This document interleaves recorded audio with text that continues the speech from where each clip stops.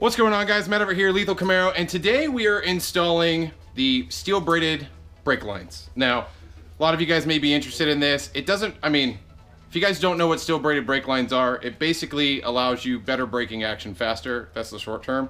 The biggest thing versus over stock is the steel braid. When you slam on your brakes, the, I don't know, plastic or whatever the stock lines are made of, it can bulge. Obviously, steel braided doesn't bulge. So you get instant braking faster, in theory. So these are by Phastek. You can pick them up there, but we're gonna do the install. We're gonna bleed the brakes. We're gonna do it all right, and we're gonna put some new brake fluid in the car. I'm gonna stop talking. Let's just get right on into this because I'm already hot and tired. So we got the car up on stands, pulling all the wheels off, jacking it up. But the next step is getting in there and start pulling things apart. Okay, guys. So some of the tools you need. Again, we have the steel braided lines from Phastek Performance. They do have a 14mm bolt. The bolts coming out of the car are 11mm, so you are going to need a couple different sizes.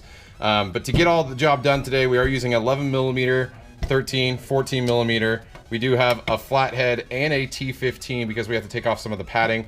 But outside of that, these are all the tools you need outside of the tools you need to take off your wheels. But yeah, let's get right on into it. There's a few things to take note of. Obviously, you have your master cylinder sitting right up here, and my camera's not working with me here. So sitting right here, we always want to start from the furthest point from here and work your way forward. So in this instance, we're going to start in the rear, probably the rear passenger side, would you say? And then we'll move over to the rear driver side, and then we'll do the passenger front side, and then obviously the driver side's the closest. So it's just a nice little pattern around the car. So obviously, getting started, you got your brake line, got your tools that you need. We are using a empty milk jug to bleed the line in, and some rags so we don't get the Lethal Garage too dirty. So you can see the first bolt you're unlocking is on the back side. Yeah, got my lighting guy up in here. You guys don't know Trey. Trey's awesome. So you guys are probably wondering, Lethal, why are you not doing this yourself? I can undo the bolts and drain things, but when it comes to brakes, you don't want to get crazy air bubbles inside things. I don't want to kill myself. I'd rather have someone who's done this before many, many times. And at least I can then blame him for killing me. I've only done this once. Sweet.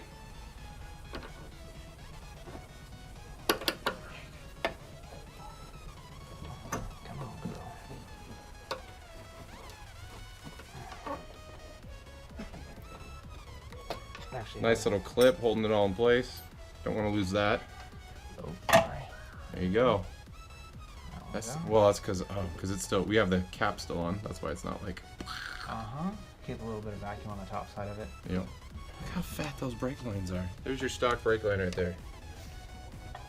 See how it's all rubbery? So when I slam on my brakes, it balloons, and you get that. Takes a millisecond or so for your brakes to activate. Well, the idea is with steel braided lines that doesn't happen.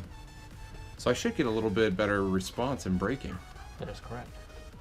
So if you guys notice, just a quick note, on the rear and even the front, you'll see how this piece has a bend on it. That is so it bends away from your caliper. So you have the bolt, you'll have a copper, you'll have obviously the fitting for the line, and then you'll have the other copper, and then it mounts up to the caliper itself, but just make sure that bends away.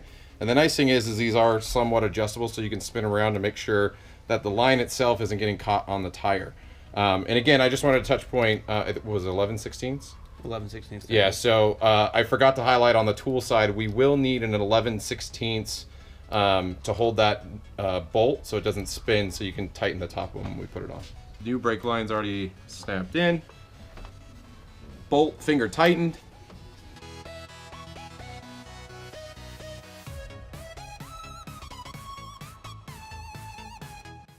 So you can see the new brake line, nice and red. I highly doubt you'll ever see it while you're driving around, but it looks really clean. What size wrench is that? 11/16. So we got 11/16 bolts on the bottom side, or That's just to hold it. to hold it, but yeah, that was a tool we didn't recognize that. Definitely don't want to Rub the wheel. rub the wheel or anything like that. So when you put everything back together, make sure you double check everything. That does rotate, so that's a good thing. There you go, there's the first rear side. Technically we didn't start on the side we said we would. Furthest away from the ABS block. ABS! Oh, sorry. There you go. See, I lied. Now you guys know. Old school stuff without ABS blocks is from the master cylinder. I did say master cylinder, didn't I? Yep. Damn it. Rinse and repeat on this side, guys.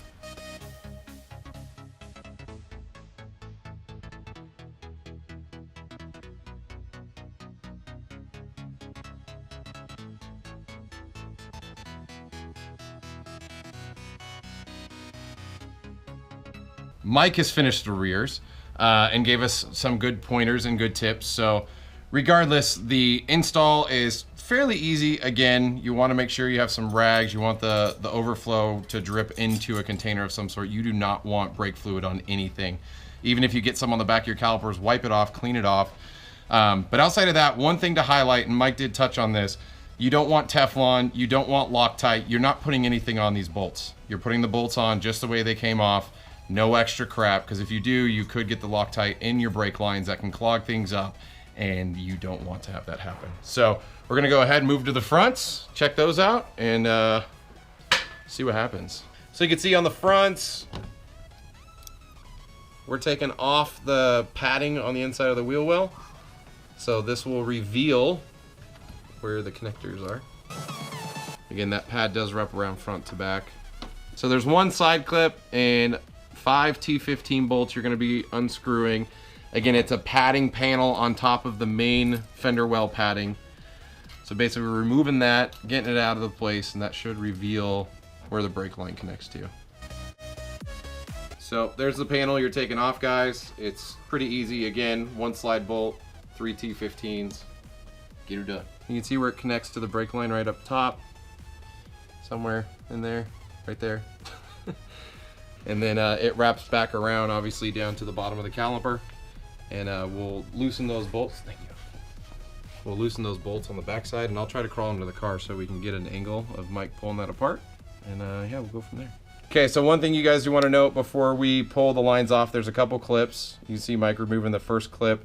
That's actually holding, I believe that's the MRC line, isn't it? That is, yeah, for your ABS wheel sensor. Yep, so that's for the wheel sensor. You're pulling those off, and there's a 10mm bolt right there that you have to unscrew. Pretty simple to pull apart. Actually, no, that doesn't have to come off. So yeah, I think that's about it, right? Mm-hmm. Sweet. So I got the 10mm bolt out. The 2 clips are undone, and now we're basically breaking the upper bolt. Or well, it just got broke free. For those of you, sorry, I'm using taxonomy of words that only I understand. So you can see the bolt that we're loosening right there. You can see the brake fluid dripping out. That's why we do have our catch bucket.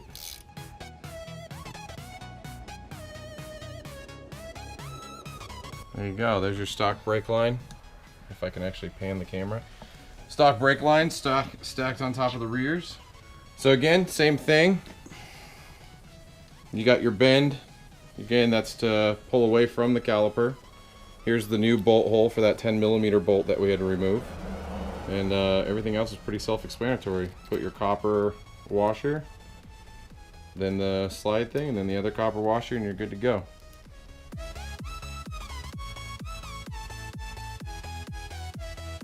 So now we're putting the 10mm bolt back in. Obviously you want to make sure the line is routed in the same way that the stock line was. So again, this one's a little bit further back than the rear, so I don't think you have as much chance of rubbing against the tire. But again, make sure the bolts are all tightened up, and then also make sure you get those clips back on for your ABS line. Checking the bolts, making it good. And remember, we're not putting Loctite, we're not putting Teflon tape. This is all hand tight of awesomeness and not over tight. Just a nice snug fit. Does not need to be 250 foot-pounds. You don't need an impact wrench. Okay guys, so we just finished the driver's side. I'm gonna go ahead and skip past the passenger side because it's the same exact thing. But we'll jump to bleeding the brakes and actually getting the new fluid and all that stuff in the system. So we're gonna do that here. Okay guys, so all the brake lines are in place. At this point now, we're gonna be swapping the fluid, but we are leaving the front panels off because we do wanna make sure nothing's leaking. But we're gonna get right on into the process and swapping out the fluid. So changing brake fluid. Mike, what are we doing here? Basically, we're just gonna break the bleeder screws loose, and then as we bleed them, we'll go from the inside to the outside, and make sure that we have brand new fluid coming all the way through, especially because we're changing from .3 to .4 brake fluid, so the color change is going to be really needed. That way you're assured that you're getting your .4 through and getting all the old .3 out, so you're not mixing. And that's why we got 4 liters. That's why we got the 4 pints of it, yes. Yep. Did I say liters? Pints. Liters. Whatever. Jump in the car. So again, now we pop the cap so that way we lose the vacuum pressure that we had. So leaving that cap on when we changed the brake lines was key to keeping all the fluid from just flowing out like mad. Don't worry, I think I jacked it up good. Shouldn't fall over. So we took the caps off. I think that's Mike. You're going around taking all the caps off, right? Correct. So again, we're starting furthest away from the ABS block, which is back driver's side. So there's many tools that you could use to do this, but we're doing old school. So we have a tube. What diameter is that? Do you even know? It's just an old tube. This is 5/32 clear hose. There you go. That way I can see if there's bubbles. I didn't have it, but you know, Mike does because he's awesome. And then we have the helper in the car who's going to be pumping brakes to get all the fluids out. But as Mike highlighted, we'll start one side to the other, get all the old fluid out, and get new fluid in. He's getting set up. Right. Just finger tight. Do you have any brake fluid right now? Any brake pedal? No. Nothing? Alright, let's go ahead and pump it up till we get a little brake pedal.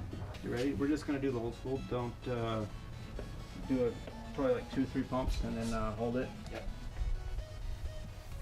I'm getting ready to sound like a broken breaker. Alright, you got it down right now? Yep. Tell it. To the floor. Perfect. Let it go. Pump it up. Okay. That's 4. Let it go. Push it down. Okay. Okay. Let it go. Pump it up. Okay. 4. Let it go. Pump it up. Okay. Let it go.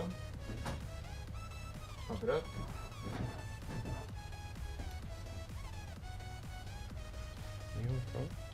Let it go. Pump it up. Okay. Let it go. Pump it up. Okay.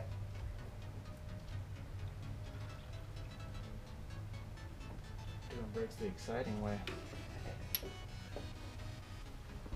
So we've done the back. The back was bleeded. We're now coming up, checking up the front. You'll see the fluid is down. So the front half of in here is actually the rear fluid, and you can actually see the front. There's still quite a bit of fluid in there. So we're going to start bleeding the back side. We may move up to the front just to get this down a bit, and then we'll start adding the new fluid. Again, we're going to be filling this back up with the new brake fluid and then pumping it basically through the system until we see the new fluid coming out the brakes. So yeah, so it's just a tedious process. You saw the back and forth in bleeding in the rear. You're basically going to be repeating that across all the corners until everything starts bleeding the new brake fluid. Yeah, you're good to go. So I'm going to fast forward through a lot of this because it's literally the same thing over and over again. It's just a tedious process to get it done, but we're going to get it done and we'll see how it all looks at the end. One more time then. Yep, push it down. Okay. Let it go. Okay. Push it down. Okay. Let it go. Push it down. Okay. Let it go. Okay. Push it down. Okay. Let it go. Okay. Push it down. Got it. Let it go. Push it down. Yep.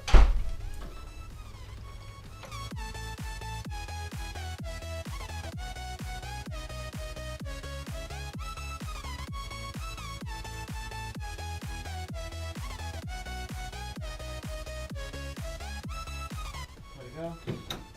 Push it down. Okay. Let it go. Push it down. I'm gonna hold it. Let it go.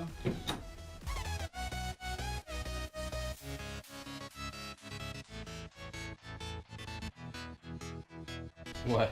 Let it go. Push it down. Yep. Let it go. Push it down. Yep.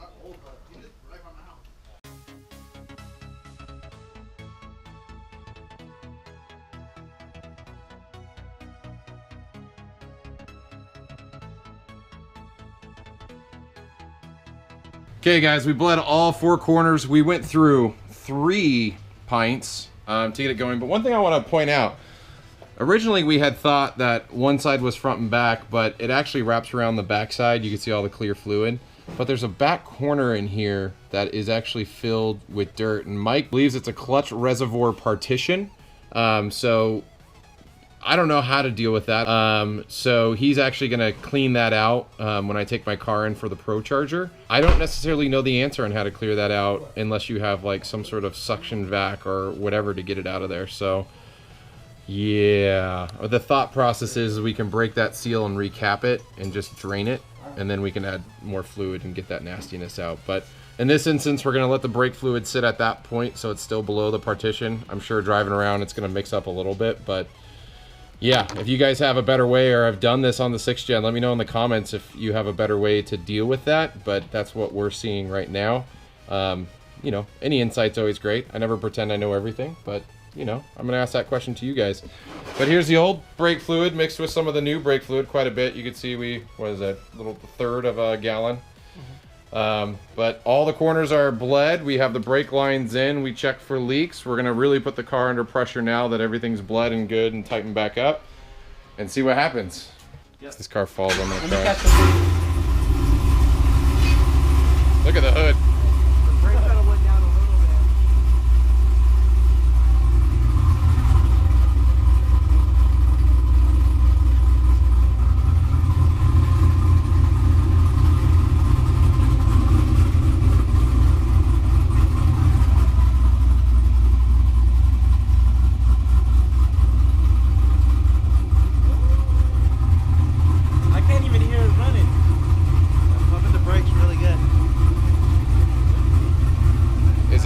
Is it tight or? Yeah, it's pretty tight.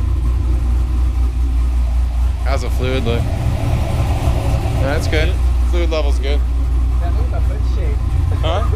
It's vibrating. Look at that. I know. I can't even stop it from moving. Okay, so we started the car. We still got it up. We're running around the car, checking, seeing if there's any leaks, making sure everything's tight, good to go. I mean, obviously we made sure things were tight, but if we saw a leak or something like that, we would stop, tighten it up, check it again, all that greatness. So everything's good. Now keep in mind, I put .4 in the vehicle. There was .3 basically in there. If you guys don't want to change fluid, you don't have to. Basically, I just ran through the steps on how to change out your fluid. If you're keeping .3, once you changed out the lines, you just add a little more .3 so it's lined up, you're good to go. You're basically tapping on your brakes, making sure it's nice and tight, and yeah. So, but in this instance, we not only changed the lines, but we put brand new brake fluid in there. So that way it's higher temp, heat resistant, because this summer and hopefully coming into spring, I'm going to be doing track driving, autocrossing, all that kind of stuff. So really putting the car through its trenches so you guys stop calling me a garage queen. Yeah, you know who I'm talking to. We got the car on the ground, put the wheels back on, obviously. Took it for a drive up the street. Now I will say, when I took off and I hit the brakes, it did feel a little soft up front. But after that first kind of soft feeling, I came back around, I hit the brakes again, and it they had a much quicker bite, is the best way I can explain it.